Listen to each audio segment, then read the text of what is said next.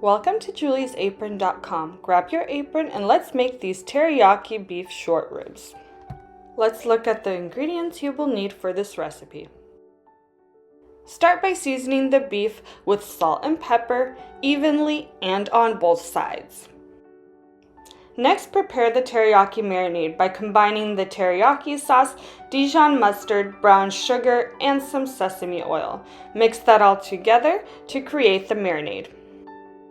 Place the already seasoned beef short ribs into the marinade that you have prepared, making sure to coat all the sides evenly.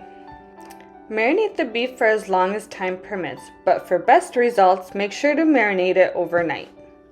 Once the short ribs have absorbed the flavors of the marinade, preheat a heavy bottom skillet on medium-high heat and braise the short ribs on both sides until the beef is crispy and brown.